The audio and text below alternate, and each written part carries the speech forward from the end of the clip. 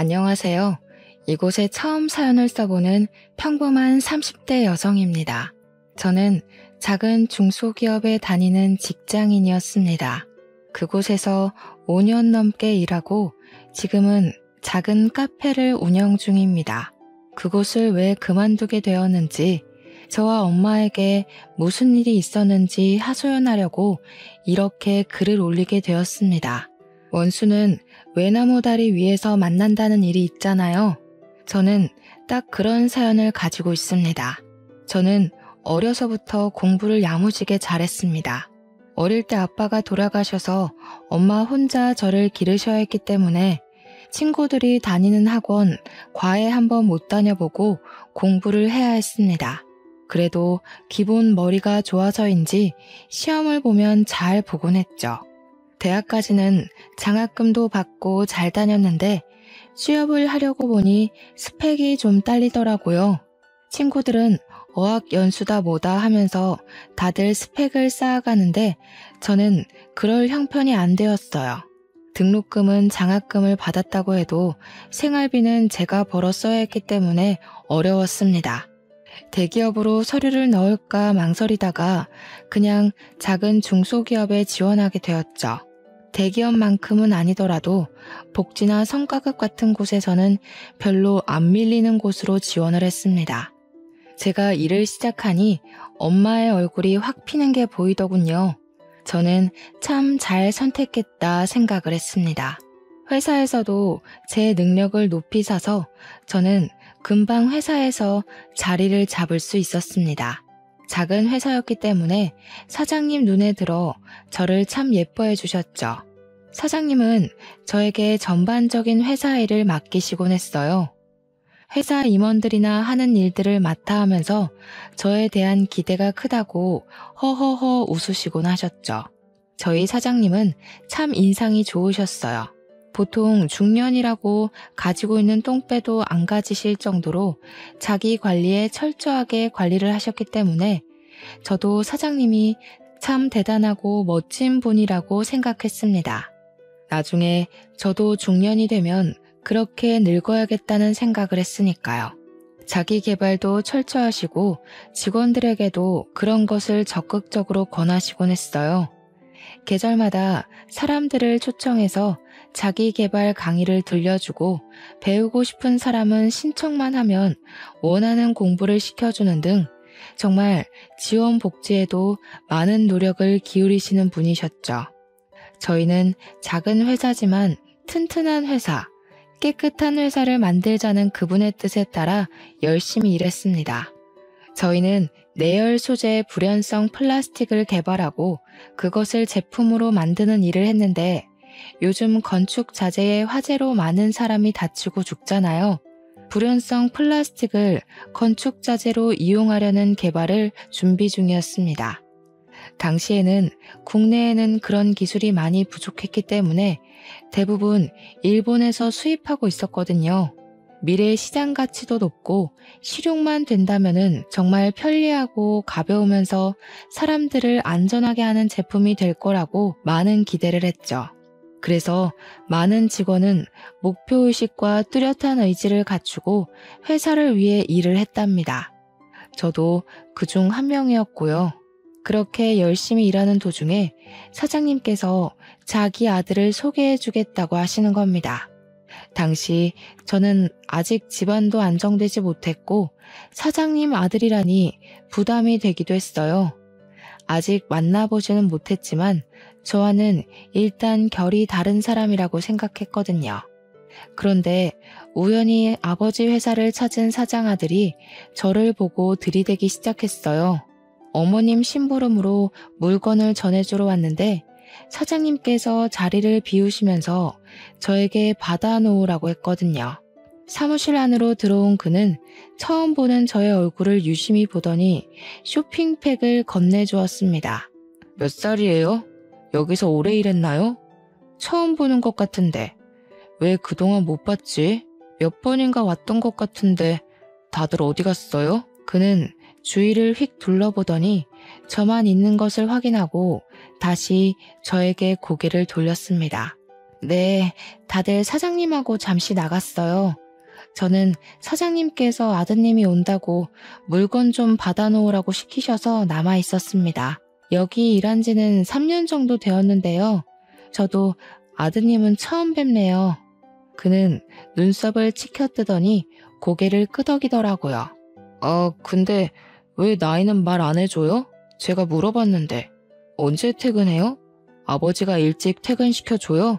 일 많이 시키죠. 음식은 뭐 좋아해요? 소개팅도 자리도 아니고 맞선 자리도 아닌데 그의 질문에 점점 기분이 나빠지더라고요. 저는 그를 향해 눈을 찌푸렸어요. 지금은 근무 시간이라서 길게 답변 못 해드리고요.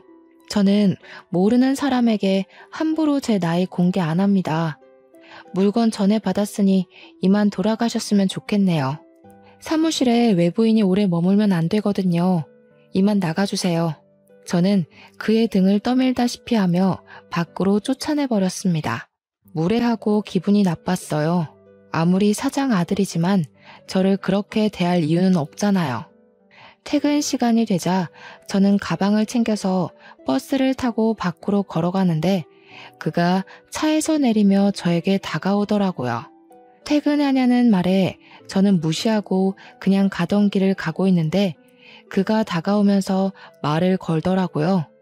혹시 아까 저 때문에 기분이 나빴어요? 기분 나쁘라고 한 말은 아니었는데 미안해요. 저는 혜원 씨가 너무 마음에 들어서 그랬어요. 제 소개 다시 할게요. 저는 이동원이에요. 저는 제 이름을 알고 있는 그를 향해 고개를 돌렸습니다. 그는 머리를 긁적이면서 저를 쳐다보더라고요. 제 이름 어떻게 알았어요? 저는 말해드린 적도 없는 것 같은데. 뭐죠? 저한테 왜 이러시는 거죠? 사실 오늘 아버지가 혜원 씨랑 저랑 엮어주려고 일부러 시킨 일이에요. 저는 사실 몇 번 멀리서 혜원 씨를 봤거든요. 아버지가 말 꺼낼 때 옳다구나 하고 받아들였죠.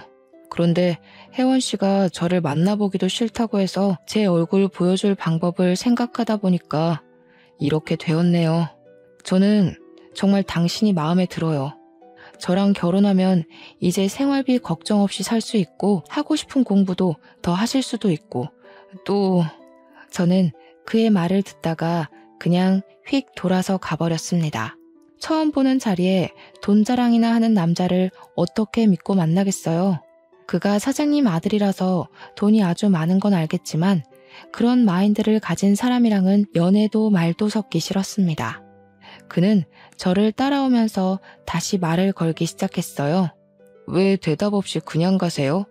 제 말에 대답해 주세요. 우리 만나요. 저는 당신 마음에 들어요.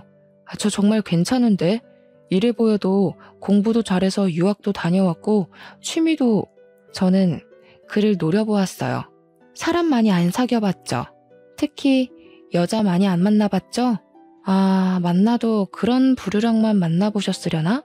돈 좋아하고 물건 좋아하고 오빠 좋아? 그런 쪽?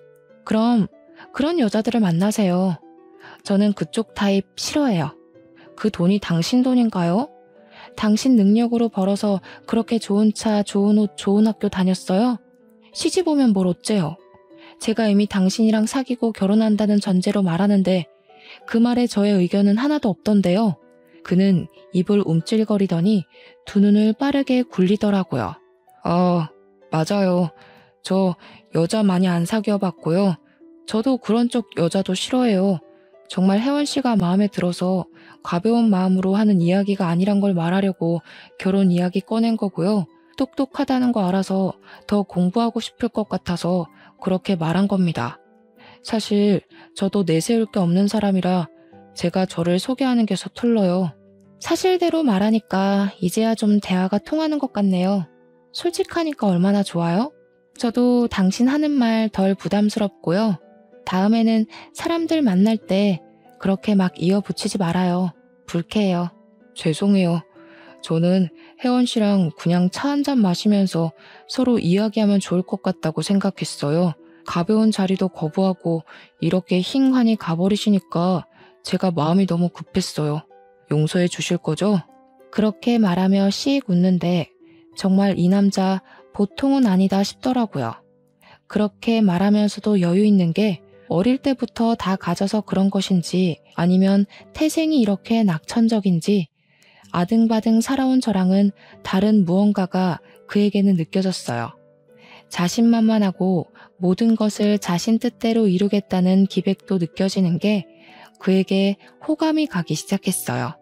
저는 그를 보면서 고개를 빳빳이 들었어요. 왠지 그를 보면서 기죽기 싫었나 봐요. 하나, 회사로 찾아오지 말 것. 둘, 만남은 주말에만. 셋, 딱 3번만 밥 먹어보고 당신을 만날지 안 만날지 판단해 보겠습니다. 그의 입이 좌우로 벌어지는 게 보였어요. 가지런한 일을 드러내며 그가 핸드폰을 흔들더라고요. 자기는 이미 번호가 있으니 먼저 연락을 하겠다는 겁니다. 참 미워할 수 없는 사람 같았어요.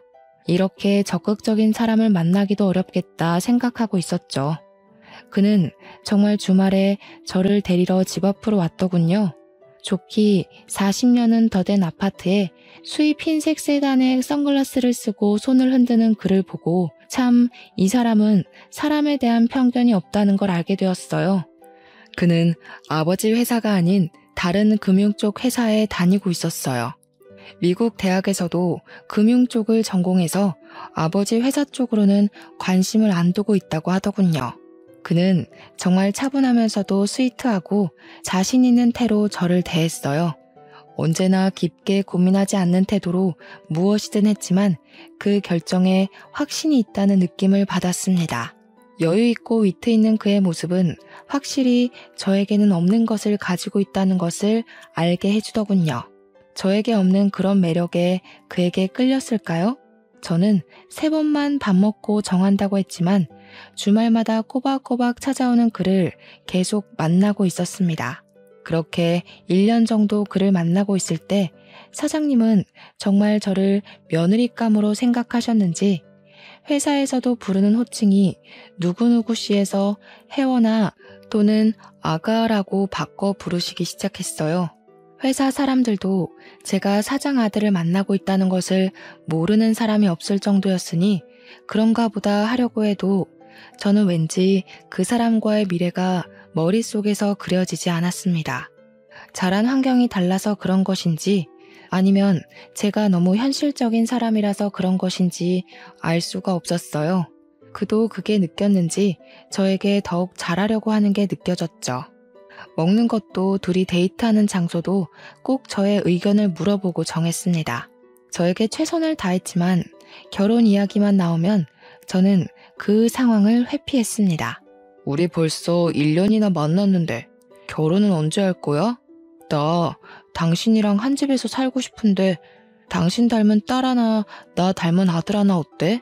우리 이제 그만 결혼할까? 그의 말에 저는 말을 하지 못했습니다. 확신이 서지 않는 결혼을 선뜻 받아들일 용기란 없었거든요. 결혼은 조금 더 있다가 생각하자. 우리 겨우 1년 만났어. 그것도 주말에만. 그렇게 생각하면 별로 얼굴 본 것 같지도 않고 또 아직 엄마 혼자 계시는 것도 걱정도 되고 난 아직 하고 싶은 것도 많은데 결혼하면 못하게 되니까.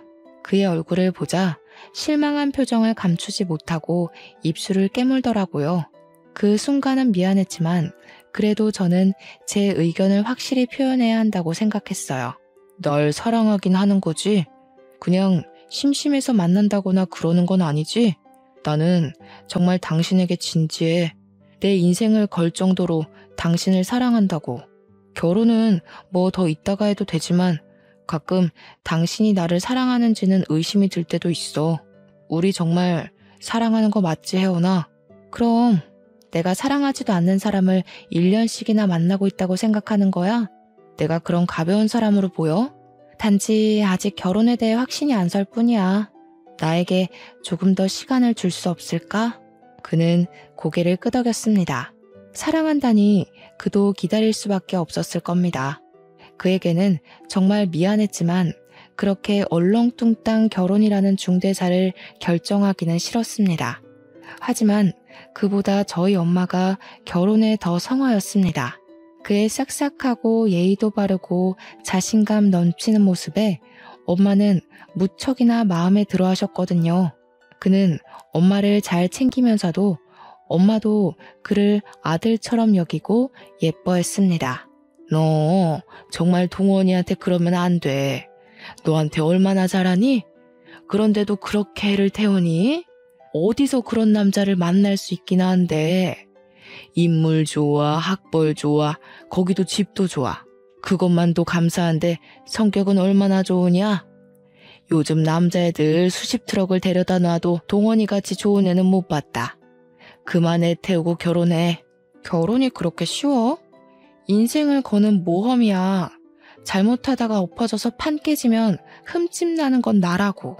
그는 나랑은 환경부터 다른 사람인데 지금이야 나 좋다고 다 맞춰주고 예뻐해주지만 나중에 꿀물 떨어지면 나만 새될 수도 있다고. 너는 무슨 애가 옛날 마인드로 사니? 요즘 이혼이 흠측이나 끼는 줄 아니? 살다가 안 맞으면 이혼도 하는 것도 좋은 선택이라고 생각한다. 계속 안 맞는 거 붙들며 맞춰가면서 사는 것보다야 애간장 덜 녹지. 그리고 살다 보면 다 그놈이 그놈이야. 꿀이야 너만 떨어지냐? 동원이도 떨어지지. 서로 안 좋은 부분을 감싸주는 게 부부라는 거다. 잔말 말고 결혼하죠 갈 때 가. 괜히 폼 잡고 각 잡고 그러고 있는다고 답 안 나온다. 그렇죠. 엄마 말은 언제나 옳았어요. 저보단 몇십 년을 더 산 엄마의 눈에 완벽한 사람이 그러면 저도 한 수 물러서야 한다고 생각했습니다. 제가 보기에도 그는 놓치기 아까운 사람인 것에 분명하기도 했고 자란 환경이 달라서 그런 것은 제가 노력을 하면 된다고 생각했습니다. 주말에 그를 만나면 저는 결혼을 하자고 말할 생각이었습니다. 그는 커피를 마시다가 결혼을 하자는 말을 듣고서는 커피잔을 테이블 위에 엎질렀습니다. 제가 가방에서 휴지를 뽑아서 지금 뭐 하는 거야? 커피 흘린 거 안 보여? 안 차가워? 동원 씨, 바지가 다 젖었어. 갑자기 그가 저를 끌어안는 겁니다. 우리 정말 결혼하는 거야? 진짜로 결혼하는 거야? 꿈 아니지? 현실이지? 잠시만, 내 핸드폰 어디 있지? 결혼하려면 식장 먼저 잡아야 하나? 아니면 집을 구해야 하나? 아니지. 먼저 키스를 해야 하는 거지? 저는 그를 밀치며 노려보았어요. 저렇게도 좋을까? 평소에는 장난기보단 진중한 사람이 저런 말도 다 하는구나 싶었어요. 그리고 정말 그 많은 사람 앞에서 저에게 입술을 붙였습니다. 사랑한다, 잘해줄게, 온갖 달콤한 말을 꺼내더니 제 손을 잡고 카페를 나오는 겁니다. 당장 부모님께 인사를 하고 결혼을 하자고요. 얼마나 기다렸을까 미안한 마음이 들었습니다. 저는 그를 껴안고 진정시키면서 제대로 날 잡고 부모님끼리 인사도 해야 결혼식 날짜를 잡을 수 있는 거라고 차분하게 설명을 했습니다. 순간 그가 입을 삐죽이며 실망을 하더라고요. 절차가 너무 길다는 겁니다. 그래도 일륜지 대사 쉬운 게 있나요? 안 된다고 딱 잘라 말하고 상견례 자리를 잡아야 한다고 말했습니다. 그날부로 사장님은 정말 저를 며느리로 생각하셨는지 직원들이 퇴근한 빈 사장실에 저를 따로 부르셨습니다. 사장님을 따라갔더니 사장실 벽에 큰 액자를 치우시더라고요. 그 안에는 작은 금고 하나가 들어있었습니다. 그리고 그 금고를 열고 저에게 안에 있는 것들을 보여주셨어요. 안에는 금괴 수십 개와 그리고 서류 뭉치와 장부가 들어있었습니다. 제게 장부를 보여주시더니 앞으로 저에게 관리하라고 하시는 겁니다. 아들은 이 일에 관심도 없고 하기 싫어하니 회사 일도 잘하고 성실한 저를 며느리감으로 삼았다고 말입니다. 회사를 제가 물려받았으면 좋겠다고 하시는 겁니다. 아가, 혜원아, 이제는 이 회사는 네 것이다. 동원이는 이쪽 일은 전혀 할래도 아니고 아마 적성도 안 맞을 거다. 걔 성격에 이런 일을 할래가 되지를 못해요. 그러니 앞으로 너는 나한테 잘 배워서 이 일을 계속하면 되는 거야. 저는 생각지도 못한 말에 입을 떡하니 벌렸습니다. 장부를 넘겨보니 제가 보던 장부와 조금 차이가 있었습니다. 거래 내역이나 수량 같은 게 달랐습니다. 한마디로 분식 회계였습니다. 저는 이것을 보고 두 눈을 크게 뜨자 사장님이 제 손을 살포시 잡는 겁니다. 놀란 거 다 안다. 그래, 놀랐을 것이다. 보던 거랑 조금 다르지? 하지만 이게 현실이다. 사람들은 다 원래 이런 거야. 실제를 부풀리고 없는 것을 만들어내고 다 그렇게 사는 거지. 그러니 죄를 짓는데 생각하지 말고 하면 돼 그럼. 그게 진실이 되는 거란다. 저는 자료를 넘겨보며 입술을 바짝 깨물었습니다. 저희가 만들고 있는 불연성 플라스틱은 가짜였습니다. 실험을 조작하고 그럴듯하게 보이게 하고 재료를 수입해와서 사용하는 겉으로만 번지르르한 가짜. 그것을 실험에 통과시키고 이게 유통이 된다면 사람들은 이것을 진짜처럼 사용하게 되는 겁니다. 하지만 바로 내색은 하지 못하고 그대로 다시 장부를 안으로 밀어 넣었습니다. 이제 너에게 나의 비밀을 말하는 것은 네가 우리의 식구가 됐기 때문이다. 그리고 정말 내 뒤를 이을 아이라는 것을 알기 때문이야. 내가 세우고 지켜온 회사를 너와 함께 할 수 있다니 기쁘구나. 저는 아무 말 못하고 고개만 끄덕이다가 사장실을 빠져나왔습니다. 그동안 사람들을 이롭게 하는 일을 한다고 생각했는데 저는 많은 사람을 속이는 회사에서 일하고 있었던 거죠. 참을 수 없는 회의감이 밀려 들어오면서 저것을 세상에 말을 해야 하는지 아니면 사랑하는 사람을 지켜야 하는지 갈피를 못 잡게 되었습니다. 사람들을 생각하면 공개하는 게 맞았겠지만 그 사람들을 생각하면 덮는 게 맞았으니까요. 그래도 그는 저와 인생을 걸겠다고 맹세했고 저 또한 그를 내 사람으로 받아들였으니 그에게는 말을 해야겠다고 생각했습니다. 역시 그랬구나. 조금은 이상하다 싶었어. 아버지가 하는 일에 살짝 의심이 전부터 들기는 했거든. 아직까지 국내 기술로 그걸 만들기는 힘드니까. 그 기술 쪽으로 일본이 최고이기도 한데 그것을 뛰어넘는 연구 성과를 냈다고 말했었으니까. 눈치를 채고 있었던 거야? 그럼 왜 이제껏 말을 안 한 거야? 아버님께 그러면 안 된다고, 많은 사람이 다친다고 말 한마디 할 수 있는 거 아니야? 난 의심만 할 뿐 확증을 가진 게 없잖아. 그쪽에 대해 잘 알지도 못하고 내가 아는 건 기술력 가지고 금융의 흐름을 보는 것뿐인데 뭘 가지고 말해? 아버지가 나에게 회사 일에 대해서는 잘 말씀도 안 하셔. 그럼 어떻게 하지? 난 정말 내가 그런 사기를 치고 있을 거라고 생각하지도 못했어. 많은 사람들 이롭게 하는 기술을 내가 회사에서 일한다고 생각했는데 그게 모두 거짓말이었다니. 당신 생각하면 묻어야 하는데 내 양심이 그걸 허락을 못하겠고. 완전 가짜는 아닌 거잖아. 어느 정도 진척은 있었고 내연성 기술 미달이긴 하지만 기존보다는 확실히 많이 개선됐으니까. 하지만 일본보다 기술이 떨어질 뿐이니까. 그리고 당신이 그런 마인드로 회사를 물려받고 그때는 정말 그 기술을 만들고 그것이 현실이 되도록 운영하면 되지 않을까? 아버지랑 다르게 회사를 운영하면 되잖아. 그의 말에 저는 입술을 꽉 씹었습니다. 그의 말대로 정말 없는 기술은 아니었고 기준 미달의 기술. 저는 이도저도 못한 상태가 되었습니다. 꿈을 키운 회사를 배신하는 건 쉬운 일이 아니니까요. 그것도 사랑하는 사람의 아버지 회사였습니다. 그러는 사이 우리의 결혼 준비는 착착 진행되고 있었습니다. 상견례를 위해 레스토랑을 잡고 당일이 되어 엄마를 모시고 그곳으로 향하고 있었을 때였습니다. 그에게 갑자기 전화가 오더라고요. 회사에 일이 생겨서 급하게 지방을 다녀와야 한다고요. 일단 저에게 먼저 가서 상견례를 진행하라는 거였습니다. 어차피 저희는 양쪽 부모님을 알고 있었고 부모님들끼리 보는 자리였으니 저는 알겠다고 하고 레스토랑으로 향했습니다. 그런데 그날따라 주차장에 자리가 없는 겁니다.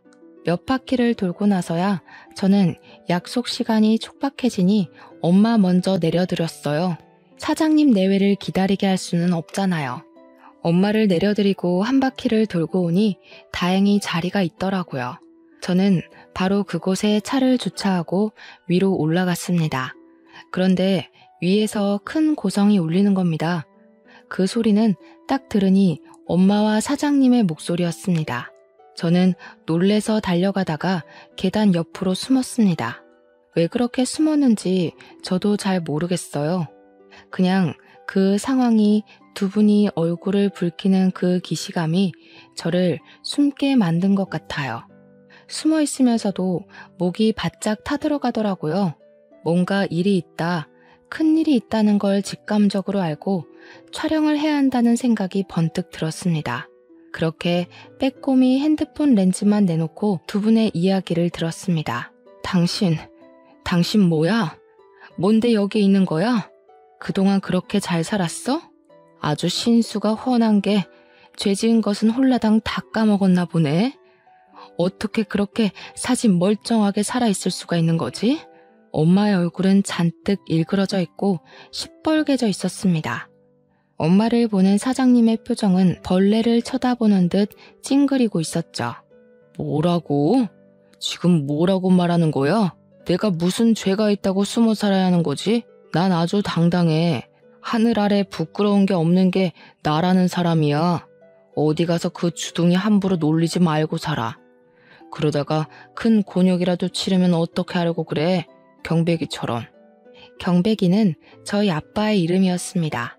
그렇다면 사장님은 저희 아빠를 알고 있었다는 거였습니다. 저희 아빠는 제가 3살 때 돌아가셨기 때문에 기억도 잘 나지 않았습니다. 그런데 사장님 입에서 그 이름이 나오자 저는 온몸에 소름이 돋아올랐어요. 직감적으로 두 분이 무슨 일이 있다는 것을 알게 되었어요. 엄마는 사장님의 멱살을 잡고 흔들었습니다. 뭐야? 어디서 그 이름을 함부로 입에 올려? 당신 같은 버러지한테 함부로 불릴 이름 아니야. 당신이 그때 그 사람 연고만 빼돌리지 않았으면 그 사람이 그렇게 허망하게 갔겠어? 인두껍을 쓰고 어떻게 그럴 수가 있는 거야? 하늘 부끄러운 게 없어? 내가 알아. 당신이 저지른 그 도둑질 내가 안다고. 사장님은 자신의 멱살에서 엄마의 손을 떼어내셨습니다. 어디서 누가 그러대? 증거가 없으면 정말 범죄라고. 증거 있어? 증거 있냐고. 그 연구가 누구 손에서 어떻게 개발되었는지 증명이나 할 수 있으면 그때 해. 누가 그렇게 사람 쉽게 믿고 자신의 업적을 보여주래? 이미 30년 가까이 지난 일이야. 증거도 물증도 없으면서 사람을 이렇게 몰아가면 명예훼손으로 고소당해요. 알겠어? 남은 자식이라도 잘 간수해야지. 딸 지혜 잘 지내고 있지? 지금쯤 몇 살이려나? 그러자 엄마는 사장님의 뺨을 쳤습니다. 어디서 그의 이름을 입 밖으로 꺼내? 내가 남편 잃고 뱃속에 둘째까지 잃고서 매일같이 빌었어. 당신 죽여달라고. 당신 차지를 비틀어달라고. 하늘도 참 무심하시지.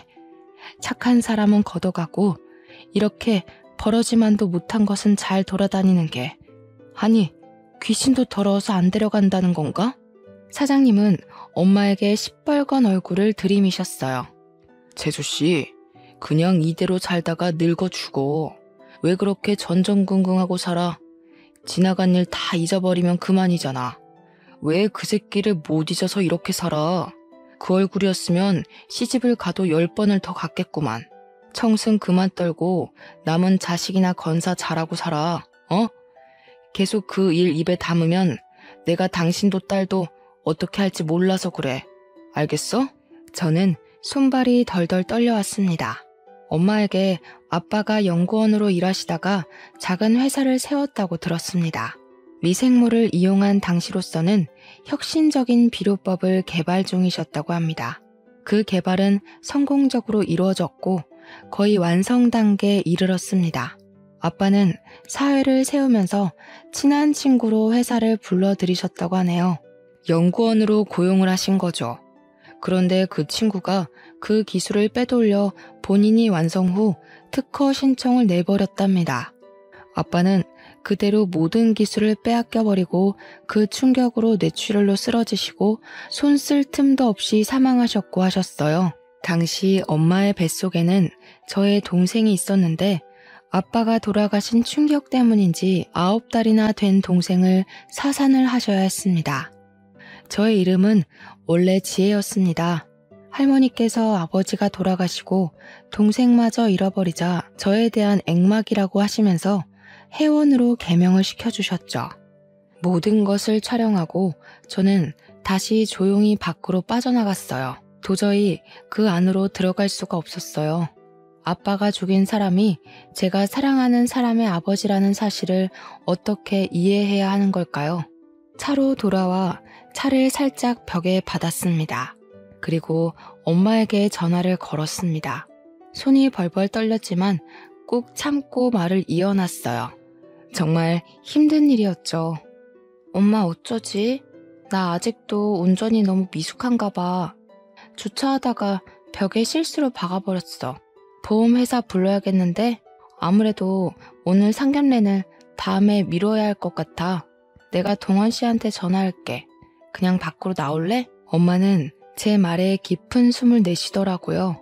우셨는지 목소리도 가늘게 떨고 계셨습니다. 어머, 너는 괜찮은 거야? 어쩌다가 그랬어? 아유, 너만 무사하면 된다. 사람이 중요하지 차가 중요하겠니? 그래, 자식들이 없는데 어른들끼리 앉아서 뭐 하겠니? 다음에 좋은 날, 운수 좋은 날 잡자. 오늘은 아무래도 날이 아닌가 봐. 좋은 날 보자. 순간 울컥했습니다. 심장이 쪼그라들더라고요. 제가 그를 사랑하지 않았으면 엄마는 그런 비극을 다시 떠올리지 않아도 되지 않았을까? 내가 그 회사를 가지 않았으면 우리는 만나지 않고 살 수 있었을까 하는 생각 말입니다. 엄마가 나오자 엄마를 태우고 집으로 모셔다 드렸습니다. 그리고 회사로 향했습니다. 엄마의 말이 사실이든 아니든 중요한 건 사람은 세월로도 변하지 않는다는 거겠죠. 천사의 탈을 쓴 악마를 저는 고발하기로 했습니다. 아무도 없는 빈 사장실로 들어가 액자를 내려 비밀 금고의 문을 열고 안의 서류들을 핸드폰으로 찍었습니다. 막 사진을 다 찍었을 때 그에게 전화가 오더군요. 혜원아, 어떻게 된 거야? 어머님 상견례 자리 안 나오셨다는데 혹시 무슨 일이라도 있는 거야? 무슨 일인데 연락도 없이 자리에 안 나온 거야? 저는 그의 목소리를 들으며 흐르는 눈물을 닦고 금고의 문을 닫고 액자를 걸어두었습니다. 동원 씨, 언제 와? 나 지금 동원 씨 좀 보고 싶은데. 나 당신한테 중요한 할 이야기가 있어. 우리 두 사람의 미래에 대해서 진지하게 다시 생각을 해봐야 할 것 같은데 언제쯤 도착해? 그는 순간 꿀먹은 벙어리가 되어버린 듯 아무 말을 못하고 있었어요. 그도 놀랐겠죠. 뜬금없는 제 이야기에 한참을 말을 못하다가 겨우 말을 꺼내더군요. 지금 어디야? 내가 바로 갈게. 일단 만나자. 무슨 말인지 만나서 이야기를 해보자. 별로 안 걸려. 나한테 3시간만, 아니다. 2시간 안으로 너 있는 곳으로 갈게. 어디서 만날래? 너희 집으로 갈까? 저는 자주 보는 집 앞 카페에서 기다리겠다고 했습니다. 그는 제가 카페에 들어간 지 정확히 2시간 만에 도착했습니다. 얼마나 급하게 왔는지 얼굴이 잔뜩 붉어진 채로 안으로 뛰어 들어오더라고요. 그는 자리에 앉지도 않고 저의 얼굴을 뚫어져라 바라보았습니다. 뭐야? 울었어? 얼굴이 왜 그 모양이야? 무슨 일이라도 있었어? 혜원아, 말 좀 해봐. 우리 헤어지자, 동원씨. 우리는 더는 인연이 아닌 것 같아. 난 당신을 사랑하지 않아질 거야. 다시 생각해보니까 당신 숨 쉬는 것도 싫어질 거야. 당신이 밥을 먹는 것도 싫어질 거야. 그렇게 싫어하면서 증오하게 되겠지. 그러다가 우리는 결국 서로 다른 길을 걸을 테고. 지금 무슨 말을 하는 거야? 제대로 알아먹게 말을 해야 알아먹지. 사랑하지 않아질 거는 아직 사랑한다는 거 아니야? 그런데 왜 헤어지자고 말하는 거야? 왜 해보지도 않고 헤어짐을 말하는 건데? 당신 아버지가 우리 아버지를 죽였대. 당신 아버지가 우리 동생을 죽였대. 그런데 어떻게 내가 당신을 사랑할 수가 있겠어? 내가 어떻게 당신을 계속 만나서 밥을 먹고 차를 먹고 숨을 쉬지? 알아먹게 말을 해. 뜬구름 잡듯이 그렇게 두리뭉실 말을 하면 내가 못 알아먹잖아. 우리 아버지가 누구를 죽여? 혜원아, 우리 아버지 그렇게 나쁜 분 아니야. 네가 잘못 알았겠지. 도대체 어디서 무슨 말을 듣고 와서 이러는 건데? 그리고 낮에 찍었던 핸드폰 동영상을 들어 그에게 내밀었습니다. 그는 그것을 보고 손을 덜덜 떨더군요. 자신 아버지의 민낯을 보고 그도 적지 않게 충격을 받았나 봅니다. 깊은 숨을 내쉬며 손을 움켜잡는 그를 보며 저는 예전에 아버지가 돌아가신 일에 대해 추가 설명을 했습니다. 그는 이제 거의 울 듯한 표정을 짓더라고요. 새파랗게 질려있는 그를 향해 저는 이별을 고했습니다. 잘 봤어? 우리가 함께할 수 없는 이유에 대해서 말이야. 나도 처음에 당신 아버지가 우리 아빠를 죽게 만들었다는 말을 믿을 수가 없었어. 난 이 길로 경찰서에 갈 거야. 그리고 그걸 보여주고 우리 아빠가 어떻게 죽었는지 밝혀내야겠어. 나 이대로는 숨을 못 쉴 것 같아. 숨이 안 쉬어져. 동원 씨를 사랑하는 마음은 진심이니까 미리 말하는 거야. 당신은 미리 알아야 할 것 같아서. 저는 고개를 숙이고 눈물을 떨구었어요. 그리고 그의 손에 든 핸드폰을 빼앗아 손에 쥐고 바로 일어섰죠. 그때 그의 손이 저를 붙잡았습니다. 같이 가자. 내가 할게. 당신 말고 내가 신고할게. 이게 진짜라면 벌을 받아야 하는 게 맞는 것 같아. 그게 옳은 것 같아. 같이 가자, 혜원아. 저는 그를 쳐다보았어요. 흔들림 없는 그의 눈빛이 저를 지그시 쳐다보더군요. 이 사람은 그의 아버지와는 다른 사람이었습니다. 죄를 지어도 숨기지 않고 덮지 않는 정직한 사람. 하지만 어떻게 자신 아버지의 죄를 밝히라고 등을 떠밀 수 있을까요? 천벌을 받고 씹어먹어도 모자랄 사람이지만 그래도 저는 이 사람을 사랑하는 걸요. 그의 손에서 손을 비틀어 빼냈습니다. 아니야. 어떻게 그렇게 해. 난 못해, 동원 씨. 당신한테 그렇게 하고 싶지 않아. 나에게는 원수지만 당신한테는 하나밖에 없는 아버지잖아. 자식이 부모한테 그러면 안 되는 거잖아. 내가 해. 그러니까 동원 씨는 빠져. 아버지라도 죄를 지었으면 벌을 받는 게 맞아. 이렇게 내가 손 놓고 있다면 나도 얼굴을 못 들고 다니지. 괜찮아. 그건 내가 감당할 내 업보인 거야. 가자. 같이 가는 게 맞는 것 같아. 그의 손에 이끌려 저는 카페를 나오며 분식 회계도 터트릴 거라고 소리쳤습니다. 그가 뒤를 돌아보며 깊은 한숨을 내쉬며 옅은 미소를 짓더군요. 그의 대답은 죄를 지었으면 벌을 받아야지였습니다. 경찰서로 운전을 하며 그는 저에게 말을 하더군요. 예전 같으면 말이야. 이런 건 그냥 흔한 일이라고 생각했을지도 모르겠어. 그냥 사람들은 다 숨기고 감추고 사니까.